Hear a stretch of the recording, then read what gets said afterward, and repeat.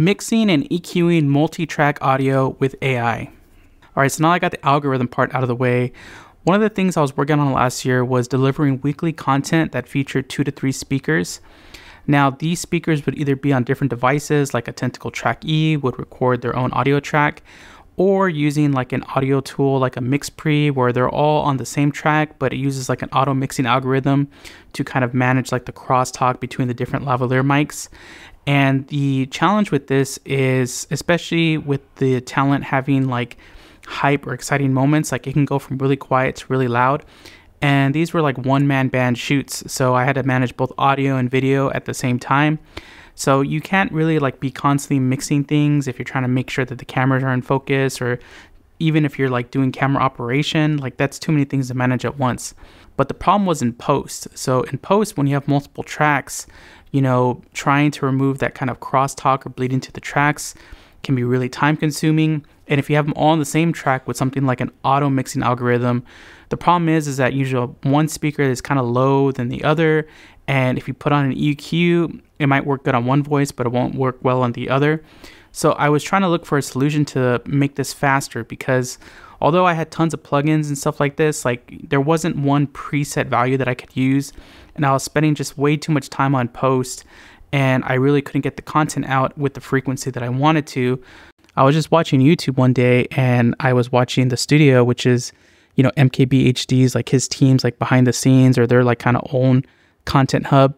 And one of the like audio producers was mentioning a tool that they use. I believe they used it for like their podcasts and even like the regular main channel videos, which was Auphonic. So Auphonic is like this web-based audio processing tool that has like this AI algorithm for processing audio, but it basically had like every single feature I needed to speed things up and automate things so that I could focus more on like editing the videos and editing the content. All right, so like I said, this is a website. It has a very simple interface, and let me break down the important features one by one. So the first one is going to be the auto leveler. So basically what this does is any voices that are in an audio track, it will level the voices so that they're at an equal level to each other. So if someone's talking really quietly, or they're whispering, and someone's talking a bit louder, or they're yelling, it'll kind of bring everything down. It's basically a super advanced compressor. It just this really helps. Like, I remember I used to edit the videos, and I would cut different sections and raise a certain section to be at the same level as the other, or I would try and use a compressor, and it would kind of work, but sometimes like maybe the quiet part got raised a little bit too much and I got too much noise. Like, this is really great with managing all that. All right, the second great feature is the filtering feature. So the filtering is basically EQ. Now the EQ is handy because it does it per voice. So a different voice will get a different EQ profile. Now, I'm not going to say that I'm like the master of EQ or something. I just did like basics on my own EQ. I will say that the output is basically kind of like a more podcast-centric output. Like, I think this tool overall is meant for podcasts. So you kind of get like that warm, boomy, like radio sound. And sometimes things can be a little bit sibilant, but in terms of like speed, rather than the method I used before, you know, it's kind of like a good enough. Now, the third most important feature is going to be the level normalization. So, you know, if you know normalization in your software, it basically, you know, brings everything up to a certain level. Now, it's important to get like a certain loudness level so that, you know, your video isn't too quiet on YouTube. Now, YouTube is about minus 14 LUF, so I might have used the wrong acronym there. But I generally set mine to like minus 16, just because, you know, when I bring this back into my video editing software, I'll add things like music and stuff like that. And then I'll do like a final like loudness normalization when I export. So this basically brings everything up to a certain level after, you know, it's done doing the compression and the EQ. So a really handy feature, and it has a lot of presets, you know, based on like podcasts or broadcast television. Really useful. Now, the fourth most useful feature is going to be the noise reduction. Now, the noise reduction not only reduces noise, it also helps reduce reverb. So if you're somewhere that's like not treated, or, you know, super reverby, it will kind of help manage that. But I find that you really only want to use this lightly. Like, if you set it to auto, it will always default to just like removing everything, like any type of like room tone or background sound, and it'll give you like that weird like AI sounding noise removal. You can also tweak it to different things. Like you can tweak it to like leave music in the background, or maybe you just want to hear the music, or you want it just to focus on voice. There's lots of different settings. I tend to use it for speech isolation, and I tend to use it at least for the stuff that I'm doing. Like, it usually has like kind of just some ambient sounds like button clicks and stuff like that. And it's kind of good to hear those. So I keep it to a very like moderate level. Like I never really go higher than the medium level. So, kind of play with it, see what setting you like the most. I definitely don't like using the maximum setting because it just has that too fake, voice isolation stuff. And I think other tools like DaVinci's own noise removal, it does a better job of like being a bit more transparent and not like changing the sound of your voice too much.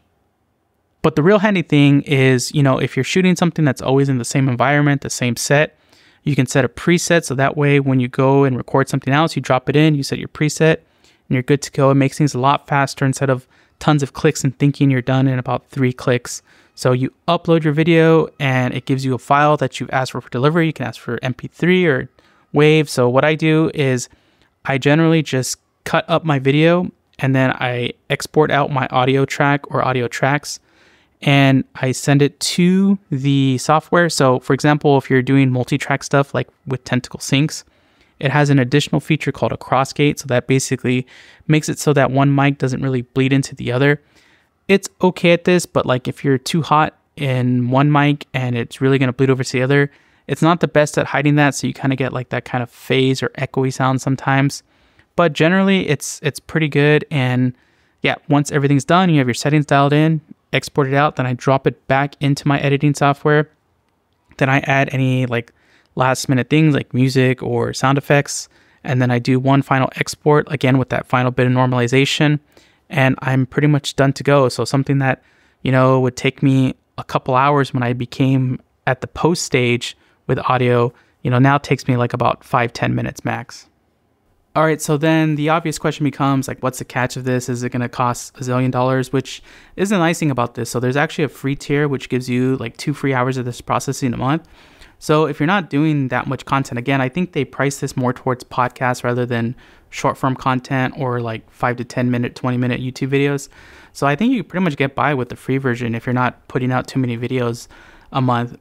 Next up is, of course, there's the monthly purchases. So you can get like, 8, 9, 10 hours a month and they're all at different rates.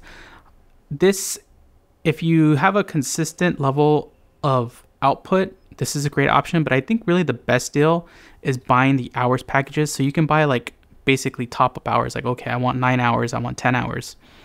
And these are great because they don't ever expire. And even if you do something with this and you don't like the outcome, you can refund your credits, do it over again.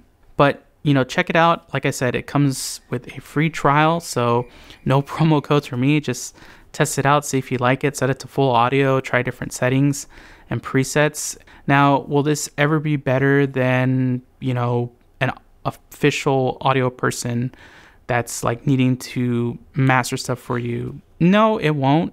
Especially if you need things to sound a certain way or have a certain vibe or effect for it.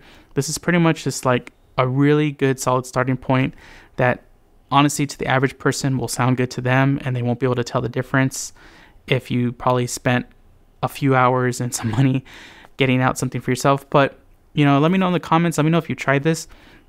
It's actually kind of crazy because there are other tools like this. I think Descript also has a tool like this, but there's nothing with this kind of unique feature set for video creation. All right, let me know. Thanks again for watching. Trying to make sure that Offcast isn't like its namesake where there's nothing on the channel. It's forever off. But yep, thanks. Bye.